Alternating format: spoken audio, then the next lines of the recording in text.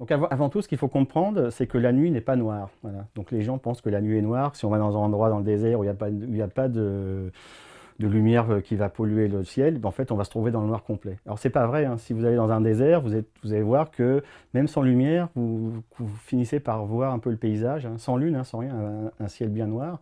Et pourquoi cela? Parce qu'il y a plusieurs sources de lumière dans le ciel.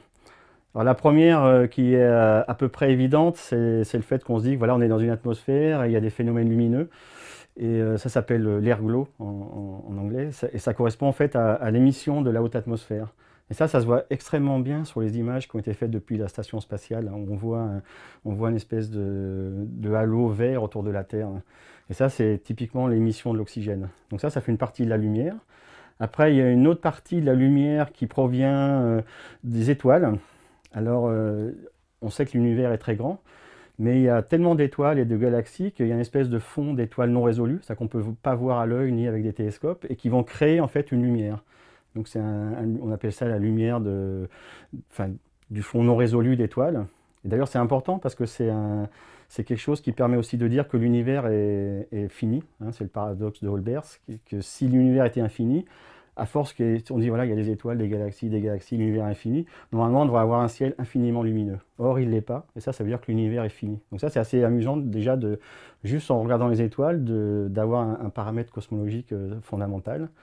Et puis le troisième, c'est le fait qu'on est dans notre système solaire, et dans notre système solaire, on voit aussi, par exemple, les météores, qui sont une petite poussière.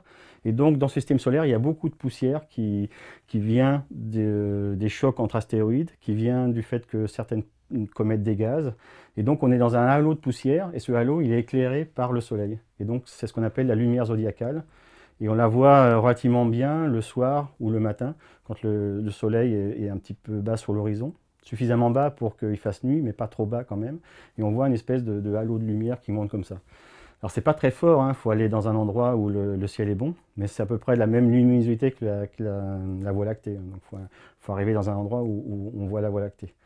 Donc tout ça pour dire que le ciel il est pas sombre, et que pour nous les astronomes, c'est notre principal problème. Parce que même avec un gros télescope, on arrive à un moment où on voit ce fond lumineux qui nous empêche de voir les tout petits objets.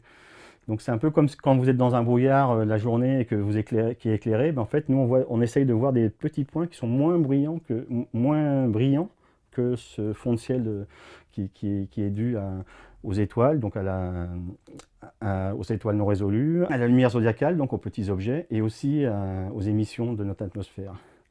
Donc déjà ça nous gêne, et il y a un quatrième phénomène maintenant qui est la pollution lumineuse, qui fait qu'il rajoute en fait une lumière dans le ciel. Et cette pollution lumineuse, elle vient du fait qu'on éclaire les villes, qu'on éclaire partout maintenant, et qu'une partie de la lumière repart vers le haut, et elle est en fait diffusée par la poussière. Alors ça peut être par les aérosols qui sont dans l'atmosphère, par les molécules, qui fait que le ciel est plus brillant. Et donc le fait que le ciel est plus brillant va faire que nous, on ne va pas pouvoir voir les objets les plus faibles du ciel.